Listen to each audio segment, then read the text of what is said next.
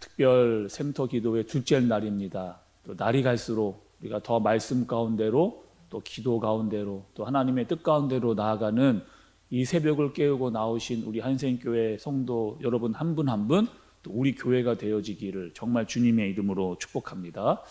여러분 우리가 살아가면서 듣거나 또 해주는 말이 있습니다. 듣거나 해주는 말. 실패해도 괜찮다.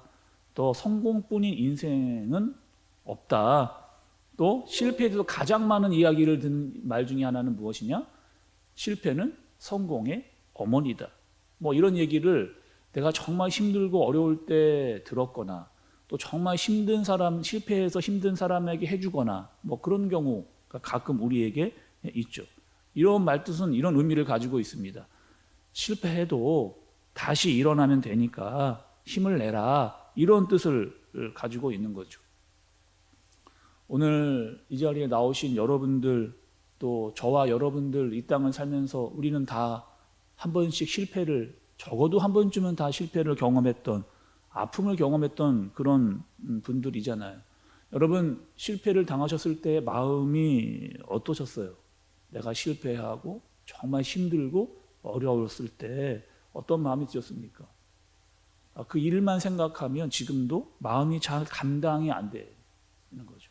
또 참 힘들고 어려웠는데 누구에게도 말할 수 없었던 마음의 어려움, 외롭고 식구들이 있어도 이렇게 마음을 어떻게 표현할 수 없는 그런 쓸쓸함이 있을 때도 있고 나는 왜 자꾸 이러한 일이 나에게 생기는가? 나는 되는 일이 없는가? 라고 하는 인생의 큰 슬픔을 맛보았던 적 여러분 한 번쯤 있으리라고 생각이 됩니다.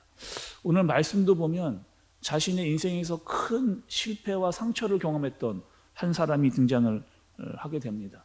그 사람은 누구냐? 우리가 너무나 잘 알고 있고 여러 번 말씀을 들었던 이 모세라고 하는 사람. 일단 이 모세는 어떠한 사람이냐? 이스라엘 사람입니다.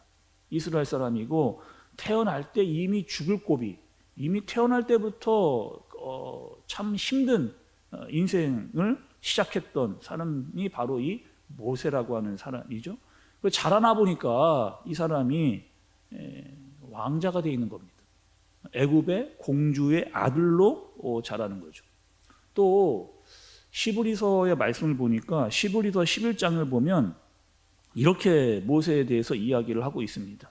그러니까 모세는 믿음으로 살았다는 거예요. 애굽의 공주의 아들로 컸지만 믿음이 있었다라고 하는 겁니다. 그리고 모세는 애굽의 공주의 아들로 칭함받는 것을 좋아하지 않았습니다. 그리고 오히려 하나님의 백성으로 그들과 고난당하는 것을 좋아했다라고 말씀이 우리에게 알려준 거죠. 그러면 여러분 어떻게 생각되는 거? 모세가 잘 큰 겁니다.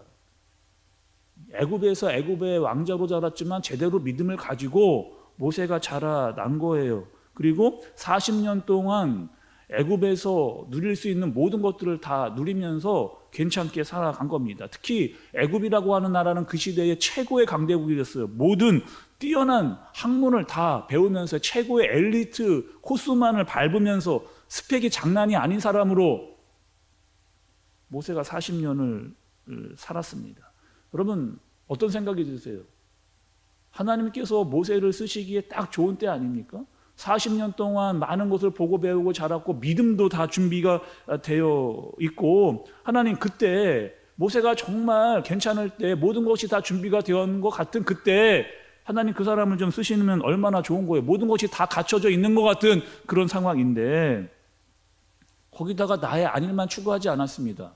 왕자로서 나만 잘 살아야 되겠다. 나의 앞길만 추구하지 않고 여전히 내 민족을 어떻게든지 끌어안아야겠다라고 하는 마음을 가지고 살았던 사람이 이 모세라고 하는 사람이에요. 모든 것이 다 갖추었고 때가 다 우리의 눈으로 보기에 그때 모세를 딱 쓰면 가장 좋을 것 같은데 무슨 일을 낼 것 같은데 일을 내기를 냅니다. 우리가 생각하는 모세는 뭔가 그때 가장 모든 것이 다 준비되어져 있을 때 나라를 한번 다 뒤집어 엎는 그런 일을 기대를 하는데 모세가 사람을 죽이고 살인자가 되는 그리고 미디안 광야로 도망 들어가는, 거기서 광야에서 초야에서 40년을 숨어 지내는, 그리고 아직도 그 문제에서 헤어나오지 못하는, 그 문제 속에 빠져 있는 모세를 보게 되는 거죠. 어느덧 80세가 됐습니다. 80세가 여러분. 그리고 모세가 이렇게 생각을 한 거예요. 이제 내 인생은 여기서 끝나는가 보다, 종치는가 보다, 이렇게 생각을 하고 있는 겁니다. 왜냐, 어떻게 알 수가 있느냐? 시편 90편을 보면, 시편 90편은 모세가 지은 시입니다. 근데 그 시를 보면 시편 90편 10절 9절의 말씀을 보면 모세가 이렇게 고백을 하는 거예요. 우리의 모든 날이 주의 분노 중에 지나가며 우리의 평생이 순식간에 다하였나이다. 우리의 연수가 70이요 강건하면 80이라도 그 연수의 자랑은 수고와 슬픔뿐이요 신속히 가니 우리가 날아가나이다. 뭐라고 이야기하냐면 연수가 70이랍니다. 강건하면 80이라는 거. 근데 모세가 지금 80이 된 거예요. 80이 됐는데 하나님께서 이제서야 모세를 부르시는 겁니다. 모든 것을 다 내려놓아야 될 것 같은 그런 상황에 놓였는데 이제서야 하나님께서 그를 부르시면서 쓰시려고 하는 것을 말씀에서 볼 수가 있는 거예요. 그리고 하나님께서 하시는 말씀이 있어요. 너 애굽으로 가라는 겁니다. 아니 내가 지금 80이 돼가지고 내가 별로 힘이 없는, 모든 것이 끝났다라고 생각하는 그때, 아직도 내 마음 가운데는 해결되지 않은 상처가 내 마음에 남아있는 그때, 뭔가를 해보려고 했다가 내가 모든 것을 다 잃어버리고 도망와 있는 이때 하나님께서 뭔가 다시 하라라고 말씀을 하시면서 애굽으로 가라는 거예요. 특히 여러분, 이 모세가 헤어나오지 못하는 큰 아픔과 상처 중에 아주 중요한 한 사람이 있습니다. 그 사람이 누구예요? 애굽의 바로 왕을 만나는 거예요. 애굽의 바로 왕. 그럼 바로가 나를 보면 어떻게 이야기하겠어요? 얼마나 초라해진 겁니까? 얼마나 이 모세가 바로 앞에 서면 내가 초라한 거예요. 나는 실패자인 것처럼 느껴진 거예요. 또 바로가 너는 살인자다. 너는 뭔가 아무것도 해놓은 것이 없다라고 몰아붙이면 나는 어떻게 해야 되나라고 하는 마음을 모세가 지울 수가 없는 겁니다. 거기다 모세가 여러분 애굽에 40년 살았어요. 애굽이 어떤지를 너무나 잘 아는 그런 사람이에요. 나도 애굽과 바로 왕을 너무나 잘 알고 있고 내가 들어가면 어떠한 대우를 받을지 이 모세가 이미 너무나 잘 알고 있는 거예요. 거기다가 이 상처가 해결이 돼야, 갔는데 바로가 계속 이 상처를 꼬집으면 내가 감당이 안 되기 때문에 이 상처가 해결이 돼야 내가 바로 앞에 당장에 설 수 있는 그런 상황이 된 거죠. 여러분 오늘 1절의 말씀을 보면 바울이 두려워한 것들을 잘 알 수가 있습니다. 1절의 말씀을 보면, 그러니까 너는 내가 애굽으로 들어가면 사람들이 이렇게 이야기할 거라고 하는 마음이 든 거예요. 네가 뭔데 다시 들어와서 이스라엘 민족을 네가 끌고 나가겠다는 거냐라고 바울이 나에게 그렇게 이야기하면, 애굽에 있는 신하들이 그렇게 나에게 이야기하면, 심지어 애굽에 있는 이스라엘 사람들이 나에게 그렇게 이야기하면 내가 어떻게 말할 수 없는 두려움을 여전히 이 모세가 가지고 있는 거죠. 2절에 보니까 이렇게 2절을 좀 보시죠. 2절. 여호와께서 그에게 이르시되 내 손에 있는 것이 무엇이냐? 그가 이르되 지팡이이니이다. 이렇게 이야기해요. 하나님께서 물으시고 모세가 대답을 합니다. 그러니까 80세가 된 모세의 손에는 무엇이 들려 있었냐면은 지팡이가 들고 있었어요. 그 지팡이는 어떨 때 쓰는 겁니까? 그때 광야에서 양을 치는 일을 했으니까 모세가 이 양을 지킬 때 특별히 이 맹수나 이리나 늑대 같은 것들이 막 공격해 오면 내가 이 막대기를 들고 나가서 그들과 싸우는, 또 원수들이 오면 그것을 대적할 수 있는 어떤 도구로 이 지팡이를 가지고 있었던 거죠. 근데 하나님께서 모세에게 이렇게 그 지팡이 던지라는 거예요. 던지니까 무엇이 되냐? 뱀이 됐습니다. 그리고 이 뱀을 보니까 모세가 두려움이 생기는 거예요. 이 모세가 이 뱀을 보고 뒷걸음치고 무서워하고 두려워한 거죠.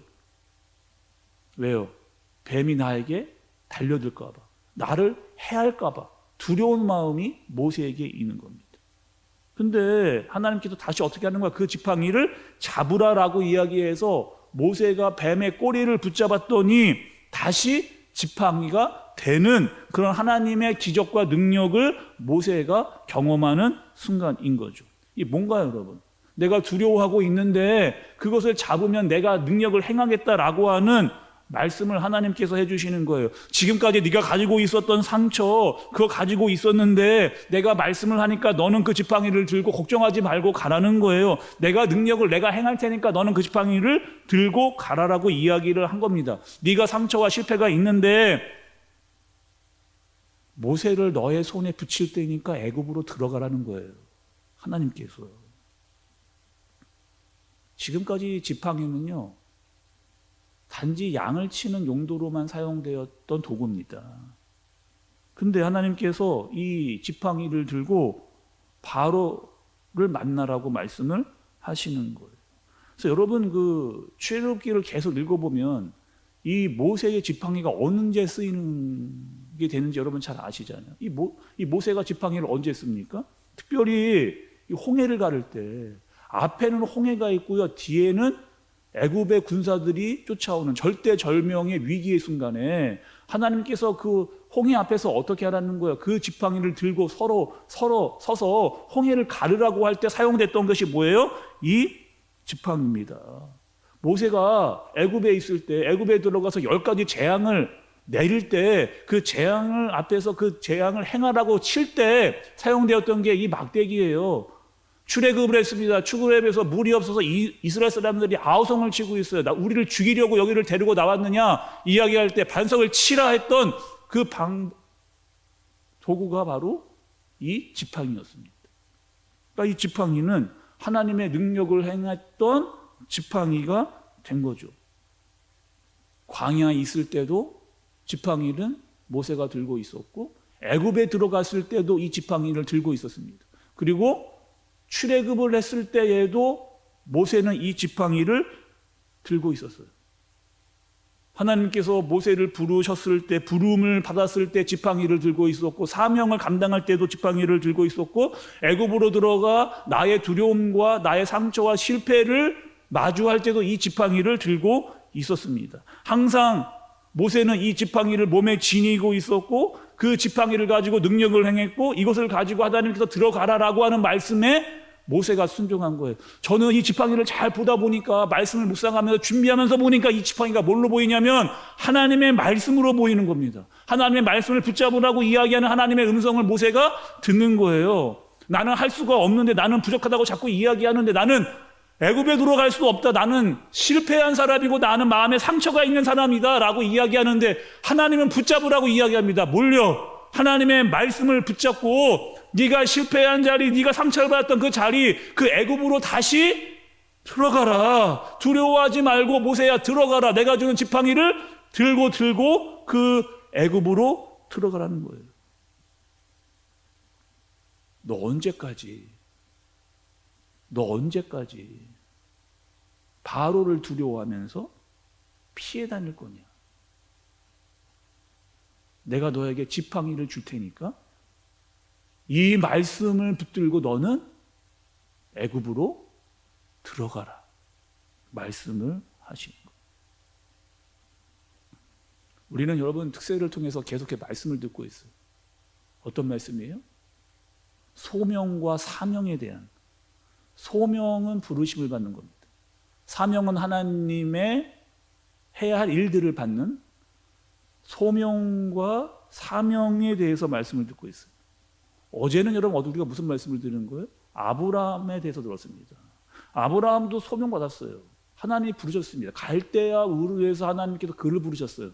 그리고 사명을 주셨어요. 어떤 사명을 주셨어요? 떠나라는 겁니다. 갈대아 우르 그 땅에서 너는 떠나라는 거예요. 본토 아비지를 떠나라 말씀을 하시는 거예요. 그리고 사명을 주셨습니다. 어떤 사명이요? 가라는 거예요. 내가 보여줄 땅, 내가 너에게 줄 땅, 그 땅으로 가라라고 하는 그 소명과 사명을 아브라함이 받았습니다. 그리고 믿음으로 결단했던 아브라함을 우리가 어제 말씀을 통해서 본 거예요. 오늘은 하나님께서 무엇이라고 말씀을 하시느냐? 모세를 부르고 모세에게 사명을 주시면서 뭐라고 하는 거예요? 무작정 떠나라 말씀하시지 않고 너는 지팡이를 들고 가라는 거예요. 소명을 주시고 사명을 주시는 하나님께서 모세에게 무작정 들어가라고 하지 않으시고 지팡이를 주시고 하나님의 말씀을 주시고 이 말씀을 가지고 너의 실패와 상패를 이기고 바로와 바로의 신하와 너를 대적하는 사람들을 마주하라라고 하나님께서 말씀을 하시는 거죠. 여러분, 소명과 사명은요, 동전의 양면과 같습니다. 하나님께서 모세를 부르셨을 뿐만 아니라 부르시고 사명을 주시는 거예요. 하나님께서 아브라함을 부르셨을 뿐만 아니라 아브라함에게 사명을 주신 겁니다. 그러니까 부름과 함께 다시 사명을 주시는 거예요. 그리고 그거 결단해야 될 것이 있었습니다. 믿음으로 나아갈 것이 있었어요. 그리고 믿음뿐만 아니라 너희에게 하나님의 말씀을 줄 터이니 이 말씀을 붙들고 너는 가라는 거예요. 실패의 자리로 가고 아픔의 자리로 가고 너가 할 수 없었다라고 하는 말하는 그 자리로 너는 이 말씀과 믿음을 붙들고 가라는 거예요. 너의 상처가 있다 하더라도 너는 가라는 거예요.